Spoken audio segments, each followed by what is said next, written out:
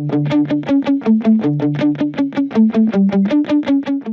a quick snippet from my podcast, Maximize Your Influence. Hope you enjoy. Subscribe at MaximizeYourInfluence.com. For example, in negotiation training that I do, we identify 5 different negotiating styles. And this is kind of a persuasion style too. And just kind of give you a big picture of how this works. There's do's and don'ts with each style. There's the compromising person. They want to meet in the middle. They're known as a sharing style. Everyone needs to win. We're meeting in the middle. This is the type of person we have to start really high or low so you can meet in the middle. And they love testimonials and social validation of other people that are doing it. They need to know every step that you're taking.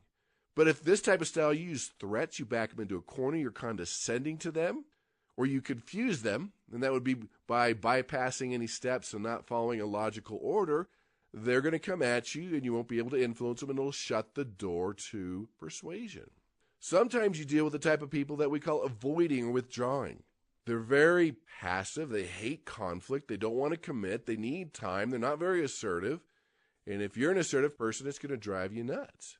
So when you're in an influence or negotiation with that type of person, you need to give them time to understand the importance of what you're talking about, what's in it for them. You're going to have to find some empathy. Give them a guarantee about how it's going to work and show how the decision affects them, the company, and the team. But if you back them into a corner and create tension, you need to make a decision now. Why do you say that? Or rush them. Or if they feel you're getting aggressive or trying to argue with them, they're going to shut down, they're going to leave, and the doors of persuasion will shut. Then there's what we call the collaborator or the problem solver. These type of people are very open. They love to communicate. Let's talk about it. Let's find some creative solution. Let's make the pie bigger. Let's satisfy both parties. Also in the win-win category. They want to think big. They want to know everything. They need all the information that they can. So you have to adjust your style. So in a situation like this, you need to be very professional and be prepared. Have all the facts and statistics all lined up, ready to roll, and exact facts and statistics. When you say it's around $2,000 a month, no, it's $2,012 this month, it's $2,050 this month, exact numbers. And focus on the end results, build that vision. But with this type of person, when you get really emotional or they feel like you're trying to manipulate them, or you're not revealing everything and you're keeping to yourself, or you're coming in disorganized, slams the door to persuasion and you can't influence them. Then there's the competing style, the forcing style. This is the time we're going to win. We're going to beat the opponent. This is a game. This is a war. It's the results, not the relationships. They're very assertive people.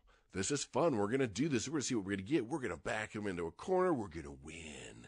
That's their style. No personality, no right or wrong. It's just different. And the reason I'm bringing these up is if you're working with a mean, jerky person, maybe you're that person too, and it usually comes down to competing styles that clash. Because if you're an assertive person going against an amiable person, that could clash. That could be part of the challenge. So if you're dealing with this type of person that's competing and forcing, things you need to do is focus on the issues, only the issues. Create alternative solutions, stay composed. If they're in your face and they're yelling, it's not bothering you, you're indifferent, it's not getting to you, you're not showing a response, and you stick to the agenda. Come with the agenda, step by step by step. But in the don't category, if you get defensive, that's fuel to the fire. They're winning the game. Or if you back them in the corner, they're going to come out swinging. Don't show them that you're intimidated, and don't return their arrogance or perceived arrogance for your arrogance. That could also slam the door of persuasion. And the final style here is the accommodating or smoothing style. This is the relationships. Relationships first, then results. Relationship first, then we'll talk about. It's important that everyone's happy. They're usually not very assertive, and they're concerned about everyone's needs and wants and again, how to make everyone happy.